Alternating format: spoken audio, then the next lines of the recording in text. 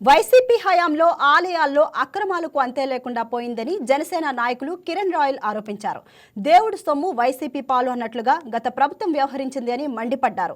తిరుపతిలోని శ్రీ గోవిందరాజస్వామి విమాన గోపురం పనుల్లో 50 కిలోల బంగారం మాయమైందనే వార్తలపై జనసేన నాయకులు స్పందించారు. 9 లేయర్లతో గోపురానికి తాపడం చేయాల్సి ఉండగా కేవలం 2 లేయర్లతో పనులు పూర్తి చేశారని కిరణ్ రాయల్ ఆరోపించారు. గోపురంపై ఉన్న 32 విగ్రహాలను ధ్వంసం చేశారని మండిపడ్డారు. కుంభకోణంలో వైవి సుబ్బారెడ్డి, ధర్మారెడ్డిల పాత్ర ఉందని ఆయన అన్నారు. ఈ అంశంపై టీటీడీ విజిలెన్స్ పూర్తి స్థాయిలో విచారణ జరపాలని జనసేన నేత డిమాండ్ చేశారు.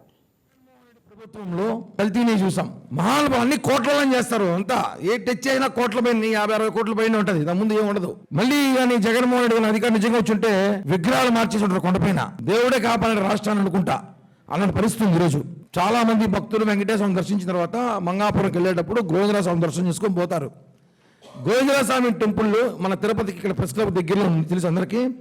ఆ టెంపుల్లో 50 కేజీల బంగారం చోరీకి గురైనట్టు సమాచారం ఉంది. దానికి తగిన ఆధారాలు కూడా కొన్ని మేము తీసుకొచ్చాం.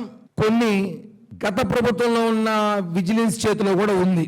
మూల విరాట్ పైన ఉన్న గోపురం, ఇప్పుడు తిరుమలలో ఎలాగైతే ఆనంద నిలయం ఉందో ఇలా మూల విరాట్ పైన గోపురం ఉంటుంది. దీని ఇలా బంగారు తాపడం చేయమని చెప్పి బంగారు తాపడం చేయడానికి 2022-23 మధ్యలో అప్పుడున్న పాలకమండలి సభ్యులు వైవి సుబ్బారెడ్డి, ధర్మారెడ్డిలు తిరుపతికి సంబంధించి జ్యోతి అని ఒక కాంట్రాక్టర్గా వర్క్ ఇచ్చారు.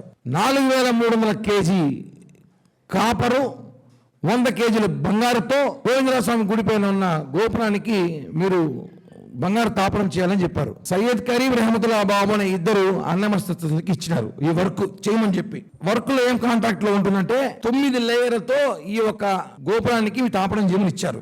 4 పక్కల గరుడు, 4 పక్కల గోపుర తంగి అమ్మవారు, ఇవన్నీ పెడితే ఎందుకంటే తిరుపతి ఊరికి గోవిందరాజస్వామి గుడి అప్పట్లో మొట్టమొదటి గుడి సెంటిమెంట్. ఈ దేవులంతా కూడా దిష్టికి ఉంటారు, కొంతమంది నరద రూపం రకరకాలుగా ఉంటారు, పెద్దలు చెప్తుంటారు. రకరకాల దిష్టిగా కానివ్వండి, లేదంటే భక్తుల్ని చాలామంది తోపులాట తొక్కినాడు జరగకుండా దేవుడు కాపాడుతూ ఉంటాడని చెప్పి ఒక సంప్రదాయం ఉంది. అలాంటి దాన్ని వీళ్ళు ఎలా చేశారు చూసాం మనం. బంగారు తాపడం చేయడానికి చేయొచ్చు. తమిళనాడులో మనం గుళ్ళకి పోతాం చూడండి, గుళ్ళల్లో అమ్మవారి ఫోటోలు ఉంటే అమ్మవారి ఫోటోలో కూడా బంగారు తాపడం చేస్తారు, కాపరం చేస్తారు. విగ్రహాలు కొట్టేసి చేయమని ఎవరు చెప్పలేదు కదా. 32 దేవతా విగ్రహాలను నాశనం చేశారు.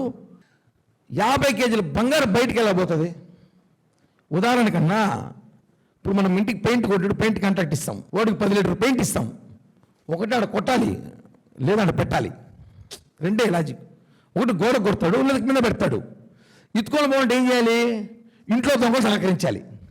ఇప్పుడు దీని కూటమి ప్రభుత్వం సీఎం గారికి, డిప్యూటీ సీఎం గారికి అడిగేది ఏమంటే దీనిపైన టీటీడీకి మీరు చెప్పండి, విచారణ చేయమని చెప్పండి, పూర్తి విచారణ దర్యాప్తు.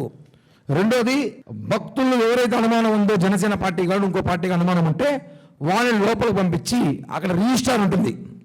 2022-23లో ఏవైతే బంగారు ప్రతిరోజు తీసుకొని బయటకు వచ్చారో తీసుకెళ్తారు, రిజిస్టర్ రాస్తారు రోజు.